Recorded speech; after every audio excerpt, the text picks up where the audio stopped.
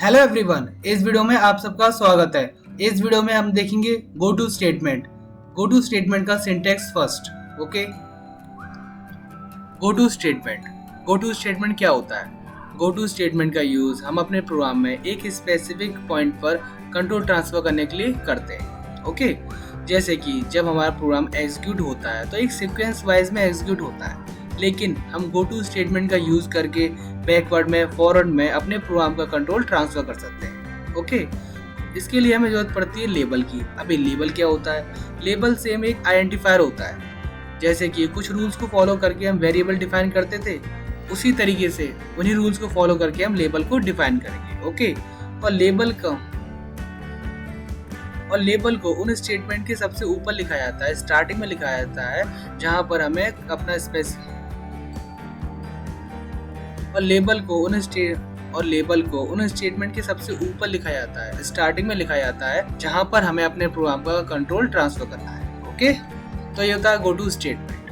Okay, और गो to statement को दो तरीके से लिखा जा सकता है, सिंटैक्स 1 एंड सिंटैक्स 2। आप देख सकते हैं सिंटैक्स 1 में क्या होता है, सबसे पहले हम लेबल डिफाइन करते हैं, लेबल के बाद कॉलन, देन उसके बाद जो भी स्टेटमेंट्स हैं कुछ भी है देन उसके बाद गो टू कीवर्ड होता है, देन उसके बाद लेबल का नेम, जो भी हमें लेबल का नेम ऊपर डिफाइन किया था, देन वो आता है गो टू के बाद लेबल का नेम। ओके, अब देखिए जब हमारा प्रोग्राम कंपाइल होगा देन रन होगा तो सबसे पहले कहाँ पर आएगा? वो लेबल के पास।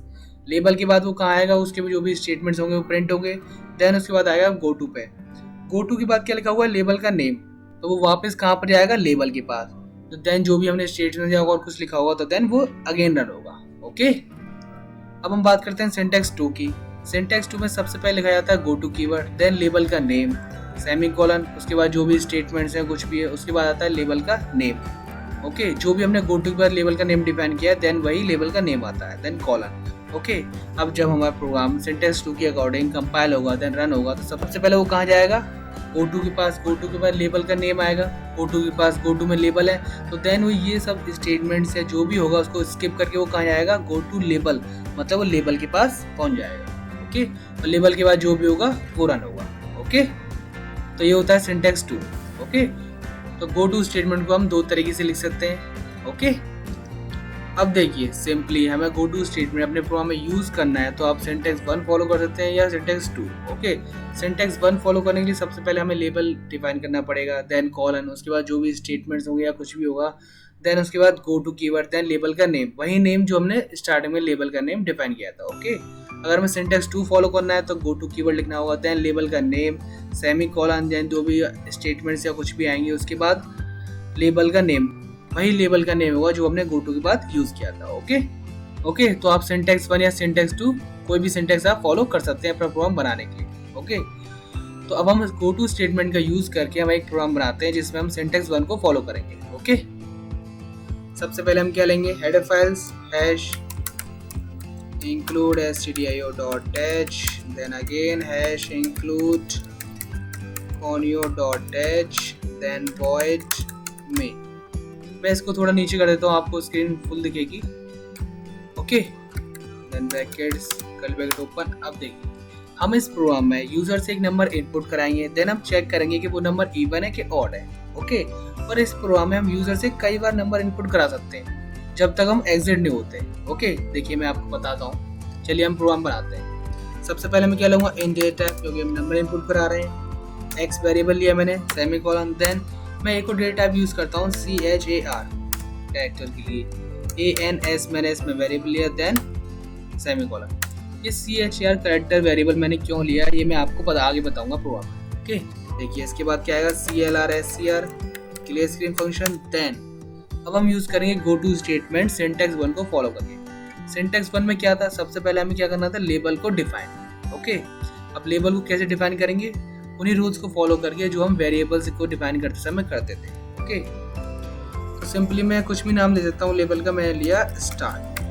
ओके, देन कॉलन, लेबल के बाद कॉलन आता है। ओके, देन मैं एक स्टेटमेंट प्रिंट कराता हूँ जिसमें यूजर से एक नंबर इनपुट कराऊंगा, एंटर अ नंबर। ओके, मैं इसको रीड करता हूँ स्कैनर फंक्शन यूज करके, मॉडुलस डी, इंट के लिए मॉडुलस डी यूज करते हैं, then ampersand X variable. Okay, then अब देखिए हम इस प्रोग्राम में यूजर से एक नंबर इनपुट कराएंगे, देन हम चेक करेंगे कि वो इवन है कि ऑड है। तो उसके लिए हमें कंडीशन लिखनी पड़ेगी। तो मैं क्या लेता हूँ, एक इफ एल्स स्टेटमेंट लेता हूँ। Okay, if then x modulus 2 double equal to 0। Okay, modulus का मतलब क्या था, वो हमें रिमाइंडर रिटर्न करता है। अगर किसी भी नंबर को मैं 2 से डिवाइड करूंगा तो देन उसका रिमाइंडर अगर 0 आता है तो वो क्या होगा, एक स्टेटमेंट प्रिंट है even number. Okay, simply even लिखते हैं, देन क्लोज, देन एल्स अगर उसका रिमाइंडर 0 के इक्वल नहीं हुआ तो वो क्या होगा, print F odd number. Okay, then close. अब देखिए, अब एक स्टेटमेंट प्रिंट कराते हैं जिसमें वो पूछेगा कि आप इस प्रोग्राम से बाहर आना चाहते हैं। देखिए, print F do you want to exit. Okay, equal to then scanf function, मैं इसको रीड कराता हूँ, modulus S then comma ampersand ANS। Okay, क्योंकि हमें कैरेक्टर में क्या लिया था, ANS वेरिएबल। ओके, देन अब हम यूज करेंगे इफ स्टेटमेंट में। क्या करेंगे, इफ अगर ANS अगर इक्वल टू होगा तो किसके, कैपिटल N के, और ANS इक्वल टू होगा स्मॉल m के। मतलब जब ये स्टेटमेंट प्रिंट होगा, do you want to exit, क्या आप बाहर आना चाहते हैं, अगर हमने एंटर किया n देन क्या होगा, curly bracket open, go to, कहां पर जाएगा वो, गो टू स्टार्ट लेवल पे। ओके, मतलब देखिए, जब ये स्टेटमेंट प्रिंट होगा do you want to exit, क्या आप बाहर आना चाहते हैं, तब आपने एंटर किया n मतलब नो, तो देन क्या होगा, गो टू स्टार्ट, वो कहां पर जाएगा, स्टार्ट लेवल पे। और स्टार्ट लेवल पे क्या है, वो दोबारा यूजर से एक नंबर इनपुट कराएगा, देन दोबारा कंडीशन चेक होगी, फिर अगेन वो इवन है ऑड है पता चलेगा। ओके, अगर सपोज करिए कि आपने n एंटर नहीं किया तो देन क्या होगा, curly bracket close, get ch screen hold, वो एग्जिट हो जाएगा। Okay, then curly bracket close. Okay, तो इस तरीके से आप सिंटैक्स 1 को फॉलो करके गो टू स्टेटमेंट का यूज अपने प्रोग्राम में कर सकते हैं। ओके, अब मैं करता हूँ उसको compile, Alt + F9, no error.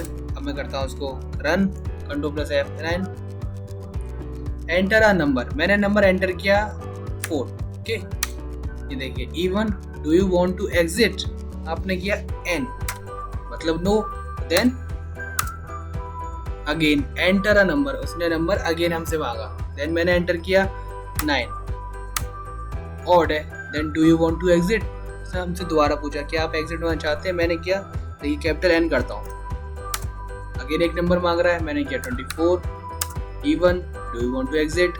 Okay, अब देखिए, अगर मैं कोई अदर कैरेक्टर एंटर करता हूँ, जैसे मैंने किया y, yes, then exit. Okay, मैं यहाँ पर /n लगा देता हूँ, इसके लिए नेक्स्ट लाइन पे आएगा।